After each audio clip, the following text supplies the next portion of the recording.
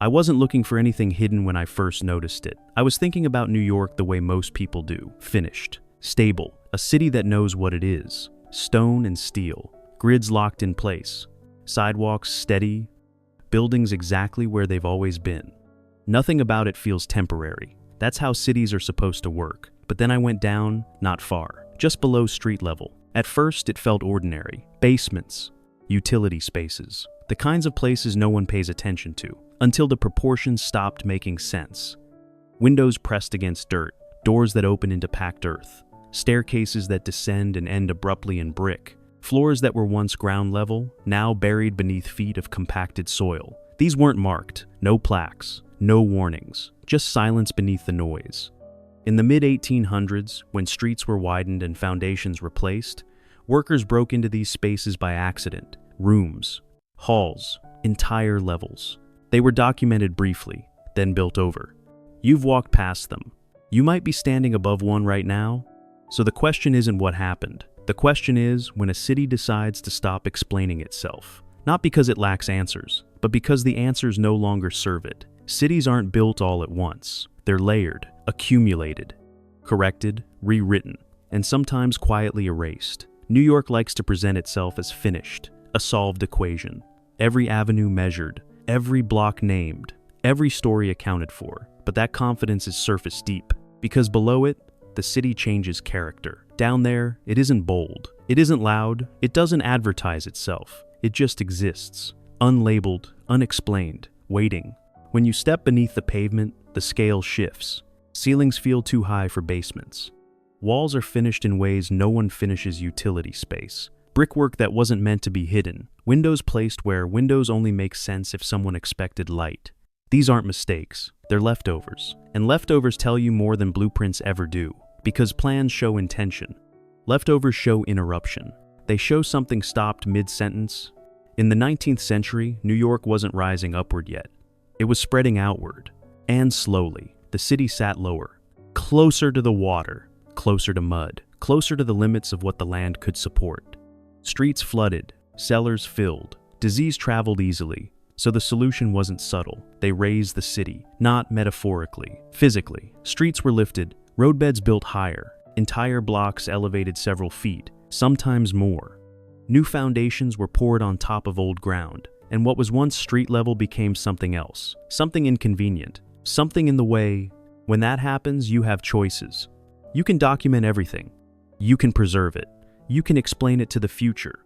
Or you can cover it and keep moving. New York chose speed. Speed always leaves things behind. That's how progress works. It doesn't destroy everything. It buries. And burial creates a different relationship with truth. Because buried things aren't gone. They're just harder to argue with. They sit there, solid, unchanged, while stories above them evolve. Over time, those buried levels stopped being useful. They weren't part of daily life. They didn't generate money. They complicated construction, so they were sealed, walled off, filled in, written out of the visible city. And with every layer added above them, the explanation became less necessary. Eventually, it became optional, then inconvenient, then forgotten, or at least treated that way. What's unsettling isn't that this happened. Cities have always done this. What's unsettling is how complete the silence is now. No signage, no public maps showing what lies beneath. No casual acknowledgement that the ground you walk on wasn't always ground, just confidence. And confidence discourages questions. Most people don't question sidewalks. They trust them. They assume permanence. They assume intention. They assume someone else checked. That assumption is powerful. It keeps you moving. It keeps you from looking down. But once you know these spaces exist, the city feels different. You start noticing odd stair placements. Windows cut off at ankle height, vents that seem too large, doorways that don't belong to anything you can see. None of it announces itself. It doesn't have to. It only needs to remain where it is. And it has, for over a century. Still there, still structurally sound, still contradicting the idea that the present is the full story. This isn't about hidden tunnels or secret societies. It's about decisions made quickly that lasted forever. It's about what gets remembered because it's useful, and what gets ignored because it complicates the narrative. New York didn't erase these spaces out of malice. It erased them out of momentum. And momentum doesn't stop to explain itself. It just keeps building, layer on layer, until the lower levels feel imaginary, like rumors, like exaggerations, until someone stumbles into one by accident. And the city flinches. If you're listening to this and you've ever noticed something that didn't quite fit, a window too low, a door to nowhere, a stairwell that felt wrong, say it, because the city only stays silent as long as everyone else does. Silence doesn't happen all at once. It's built carefully, one practical decision at a time. When a city changes its elevation, it isn't trying to hide anything. It's trying to survive. Higher ground meant drier streets, cleaner water, fewer epidemics. On paper, it was progress. And progress doesn't wait for sentiment. Old ground becomes obsolete the moment new ground is poured above it. What used to matter stops mattering. What used to be visible becomes structural. And structural things aren't meant to be seen. They're meant to hold weight. So the former street levels were sealed into service roles, support, foundation, buffer. Except many of them were never fully converted. They weren't redesigned. They weren't standardized. They were simply left as they were. Because tearing them out took time, and filling them in cost money, and neither option produced anything new. So builders made compromises. They bricked up doorways. They covered windows with soil. They poured new floors above old ones. They adjusted, instead of replacing. That's how anomalies are born. Not from mystery, from efficiency. If you stand in one of these buried spaces, the feeling is subtle at first. Nothing dramatic, no shock, just a sense that the room is waiting for something that never arrives. The ceiling is too generous, the walls too finished, the geometry too intentional. These rooms were designed to be entered from somewhere else, somewhere that no longer exists. That missing context is what unsettles people. Not danger, not darkness, absence. It feels like reading the middle of a paragraph without the beginning. Your mind tries to reconstruct what's missing, and fails. That failure creates discomfort, because cities aren't supposed to have gaps like that. They're supposed to be continuous, documented, mapped, understood. But New York grew faster than its explanations. Records were kept, plans were drawn, but they weren't meant for public memory. They were meant for immediate use. Once a project was finished, attention moved on, paper aged, departments reorganized, archives thinned, and eventually, no one in charge remembered why certain decisions had been made. Only that they worked. That's an important distinction. Working solutions don't invite review. They invite repetition. By the late 1800s, this pattern was already set. Raise, build, cover, move forward. Each new layer made the old one less accessible, not just physically, mentally, because once something stops being seen, it stops being discussed. And once it stops being discussed, it stops being questioned. This is how cities train their residents, not through instruction, through habit. You learn where to walk, where not to linger, what belongs, what doesn't. Basements are basements. Foundations are foundations. You don't ask what they used to be. You're not supposed to. Even when construction crews stumbled into old street-facing rooms, the reaction was rarely curiosity. It was logistics. How deep does this go? Does it compromise the new foundation? Can we seal it? Can we pour over it? Can we keep the project on schedule? Documentation happened, but briefly. A note, a sketch, a report filed and forgotten, then concrete, steel, noise. And the anomaly vanished again. The city didn't pause. It never does. What's striking is how long this worked. For generations, people lived above these spaces without knowing, not because they were hidden deliberately, but because nothing pointed to them. No signs, no stories passed down, no reason to suspect the ground itself had a history. Streets teach trust. They reward forward motion. They punish hesitation. Look straight ahead. Cross when told. Keep moving. That conditioning matters, because it keeps attention at eye level, never downward, and certainly never beneath. Over time, the buried city became invisible even to the people maintaining it. Utility lines were rerouted without full awareness of what they cut through. New basements were dug into older rooms. Walls were breached accidentally and patched without investigation. The past became an obstacle, not a subject. Something to work around, something to seal. And sealed things don't ask questions. They just sit, waiting for pressure to change, waiting for redevelopment, waiting for someone to break through a wall and hesitate instead of continuing. That hesitation is rare, because hesitation costs money. It costs time, it disrupts plans, and cities are built to discourage disruption. So the silence deepened, not by conspiracy, by repetition, by habit, by the quiet agreement that what's below doesn't matter as long as what's above holds. But buried structures don't disappear. They age differently, protected from weather, protected from sunlight, protected from constant modification. In some cases, they're better preserved than the streets above them, which creates a strange imbalance. The deeper you go, the older and more intact things become. That's not how we expect time to work. It feels backwards. And when expectations fail, questions start forming. Not academic ones, personal ones. What else is under here? How much was changed without being noticed? How much of the city we trust is resting on decisions no one remembers making? Those questions don't demand answers immediately. They linger. They follow you back to street level. They make the sidewalk feel thinner, less absolute. Because once you realize a city can bury entire floors of itself and keep going, you start to wonder what else it learned to live without explaining. What's buried isn't random. Patterns emerge if you pay attention. Not neat ones, not symmetrical ones, but consistent enough to suggest intention shaped by urgency. The buried levels tend to appear where the city changed fastest, near former shorelines, along streets that were once lower, wetter, unstable, places where raising the ground wasn't optional. It was necessary. In those areas, the past didn't have time to argue for itself. It was in the way, so it was absorbed, not removed, not destroyed, just swallowed. And once swallowed, it became part of the city's load-bearing memory. Something the present stands on without acknowledging. That relationship is uncomfortable, because it suggests dependence without awareness. You don't feel it when you walk. The pavement doesn't give. The buildings don't tilt. Everything behaves as if the ground beneath you is simple, solid, final. But simplicity is usually a sign of editing. Something complicated has been removed from view, and what's been removed still exists. It just no longer participates in the story being told.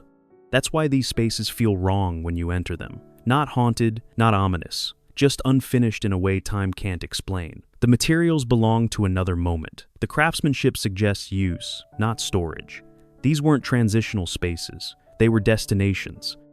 People passed through them with purpose. They stood at those windows expecting light. They opened those doors expecting streets.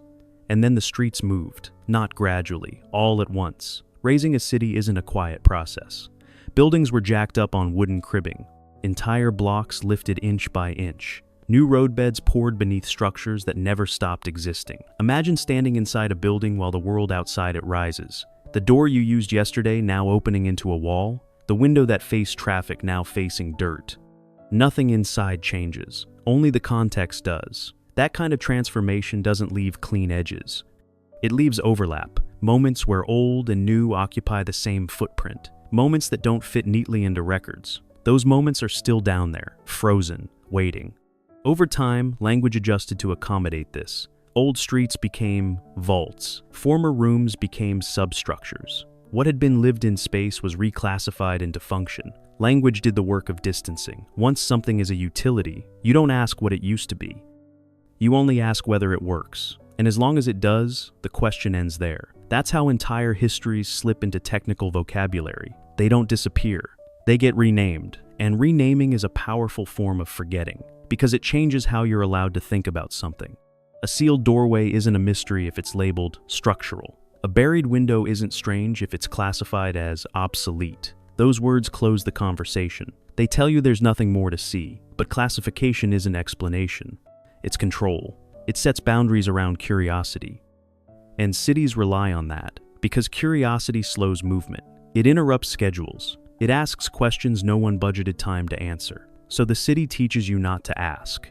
Not directly, subtly, by making the surface convincing, by keeping everything above ground consistent, predictable, reassuring. The deeper inconsistencies are hidden, the more stable the whole appears. That stability becomes part of the city's identity. New York doesn't sell itself as fragile. It sells itself as inevitable, as something that has always been here and always will be. Inevitability doesn't leave room for buried alternatives. It doesn't like reminders that the city could have been different, or that it once was. That's why these spaces aren't part of public tours. Not officially. They don't reinforce the story of constant upward progress. They suggest adjustment, compromise, reaction. They show a city responding to pressure rather than commanding it. And that's a harder image to control. When people do encounter these spaces, the reaction is often disbelief. Not at their existence, at their ordinariness. They expect something dramatic. Instead, they find rooms that feel paused, as if everyone stepped out and never came back. That pause is what lingers. It doesn't demand interpretation. It just refuses to align with the present. And misalignment draws attention. Once you notice one buried space, others become easier to spot. You start recognizing the signs: changes in masonry, shifts in floor height, oddly placed vents and grates, clues that something below doesn't match what's above. The city begins to feel thicker, not larger, denser, as if you're walking on a stack rather than a surface. That awareness doesn't fade easily, because it changes how you understand permanence. If streets can be lifted and forgotten, if ground level can be redefined without ceremony, then stability isn't a given. It's a choice that keeps being made, and choices can be revisited, reversed, buried again. That realization isn't alarming, but it is unsettling, because it reframes the city not as a finished object, but as an ongoing negotiation between memory and convenience. And in that negotiation, memory doesn't always win. Sometimes it just survives quietly beneath your feet, unmarked, uninvited, still holding everything up. There's a moment when awareness shifts from curiosity to responsibility, when noticing becomes knowing, and knowing changes your relationship with a place. Once you understand that a city can contain entire versions of itself below the surface, you start asking a different kind of question. Not what is buried, but who decided it didn't matter anymore. Because every layer added on top required agreement, from planners, from builders, from officials signing off on changes they wouldn't personally see completed. Those decisions weren't abstract. They shaped how future generations would experience the city, and, more importantly, what they would never be told. Most urban changes are framed as improvement, cleaner, safer, more efficient. Those words carry authority. They quiet doubt, and, in many cases, they're accurate. Raising streets reduced flooding. Replacing foundations stabilized buildings. The city became more livable, but improvement has a cost that rarely appears on plans. It compresses history. It flattens complexity. It makes the past inaccessible by design, not out of malice, out of practicality. Yet practicality doesn't erase consequence. It just postpones it. The buried levels became a kind of urban unconscious, always present, rarely acknowledged, influencing the present without participating in it. You see this in how redevelopment happens today. New projects still encounter old spaces, still have to decide whether to investigate or seal, whether to preserve or pour over. Those choices are still being made, quietly, with the same incentives, deadlines, budgets, risk assessments. Curiosity rarely survives those pressures, because curiosity slows progress, and progress is treated as neutral, inevitable, good by default. But inevitability is a story cities tell to avoid accountability. It suggests there was no alternative, that things unfolded the only way they could have. The buried city contradicts that. It proves alternatives once existed. Street levels could have been preserved, older structures documented more fully, transitions marked. Instead, continuity was sacrificed for momentum, and momentum rarely looks back. What's unsettling is not that these choices were made, it's that they've been normalized, so thoroughly that questioning them feels unnecessary, almost inappropriate. Why ask about what's underground when the city above functions just fine? Why complicate a story that works? Because functioning isn't the same as understanding, and cities that aren't understood rely on trust instead. Trust that decisions were wise. Trust that nothing important was lost. Trust that the ground beneath you is exactly what it appears to be. The buried structures quietly challenge that trust. They don't collapse. They don't protest. They just exist. And existence is enough to raise doubt. Because if entire floors can vanish from public memory, then absence itself becomes suspect. What else is missing? What else was deemed expendable? Not because it was harmful, but because it was inconvenient. Cities don't like inconvenience. They manage it. They route around it. They cover it. And over time, the cover becomes the city, the new normal, the unquestioned surface. Most people never feel the weight of this. They shouldn't have to. Daily life demands focus, movement, efficiency. But every once in a while, something disrupts that rhythm. A renovation exposes a wall that shouldn't be there. A construction project reveals a window facing soil. A stairwell appears where no stairwell should exist. And for a moment, the city hesitates, not physically. Narratively, the story falters. Explanations feel thin. The past presses upward, and then the project continues. The wall is sealed, the opening covered, the sidewalk restored. Normalcy resumes. Because normalcy is the city's most valuable asset. It keeps people calm. It keeps investment steady. It keeps attention forward. But beneath that normalcy is a fragile agreement, an understanding that not everything needs to be addressed, that some things are better left unexamined. The buried city is proof that this agreement exists, and proof that it has limits, because pressure builds, not from below, from above. As space becomes scarce, as redevelopment intensifies, as deeper excavation becomes necessary, the past is encountered more often, and each encounter forces a decision: explain, or seal, acknowledge, or absorb. Those decisions shape the city's future relationship with its own history, not in museums, not in textbooks, but in concrete, in load-bearing walls, in what remains accessible and what does not. A city that keeps building over itself eventually runs out of places to hide its earlier versions, and when that happens, silence stops being neutral. It becomes a choice, one that affects how much of the city is allowed to remember itself. Every city reaches a point where building forward becomes harder than looking back, not because the past demands attention, but because it refuses to stay buried. In New York, that moment arrives again and again, whenever a project goes deeper than expected. Whenever old walls interrupt new plans, whenever the ground answers with something solid instead of empty, those interruptions are usually brief, handled quietly, but they leave an impression on the people who encounter them, because they reveal a version of the city that wasn't meant to be revisited, not secret, just inconvenient. And inconvenience is often mistaken for irrelevance. The buried levels don't ask to be restored. They don't demand recognition. They don't argue for significance. They simply persist, long after the reasons for covering them have faded. That persistence changes how you understand time. Above ground, time moves forward. Buildings rise, age, and are replaced. Trends shift. Neighborhoods rebrand themselves. Below ground, time behaves differently. It accumulates. It compresses. It holds. A room sealed in the 1800s can feel closer than a building completed last year. Not because it's more important, but because it hasn't been rewritten. It hasn't had to adapt to new expectations. It exists as it was left. That kind of continuity is rare. And rare things attract attention once they're noticed.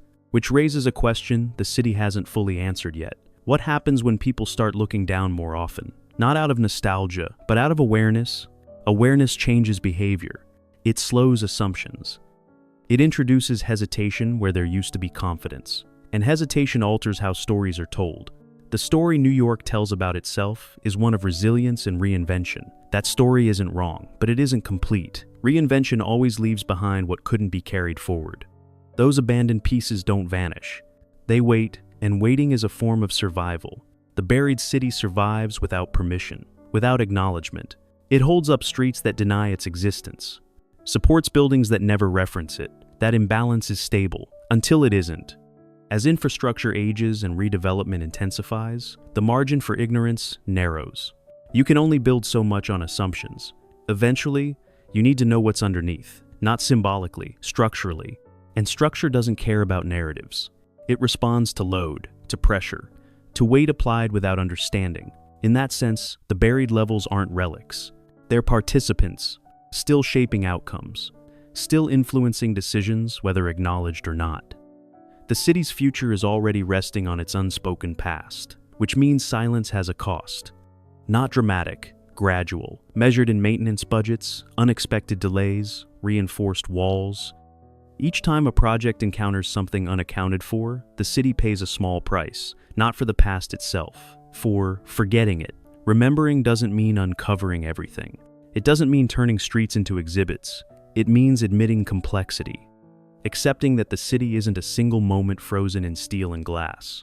It's a stack of decisions, some of which were never meant to last this long. Once you see the city that way, permanence feels like an illusion, not in a frightening sense, in a practical one. Everything solid is provisional. Everything stable is conditional. And that realization isn't a threat. It's an invitation to pay attention, to question surfaces that present themselves as final, to recognize that stability is maintained, not guaranteed. The buried city teaches that lesson quietly. It doesn't demand belief. It doesn't ask for interpretation. It simply waits to be encountered, and once encountered, it stays with you. You feel it when you walk, when a sidewalk seems thicker than it should be, when a building's lower floor feels oddly elevated, when a door appears where no door belongs. Those moments don't require explanation to matter. They only require attention, Because attention is the opposite of silence. And silence is what allowed entire floors of a city to slip out of public awareness, not erased, just unspoken. The city didn't stop explaining itself because it ran out of stories. It stopped because the explanations became inconvenient. Because moving forward was easier than looking down, but looking down changes perspective. It reminds you that cities are not finished objects. They're ongoing negotiations between what was, what is, and what's convenient to remember. New York isn't unique in this, but it is honest in one way. It shows its seams to anyone willing to notice them. The buried windows, the sealed doors, the staircases that lead nowhere. They're not secrets. They're reminders that the ground beneath you has a history, and that history didn't end. It was built over. And the next time you walk its streets, the city will feel the same, solid, confident, unquestioned, but you won't. Because once you know what's underneath, the surface stops being the whole story. Thank you for watching this video. Click here to watch another video that might interest you.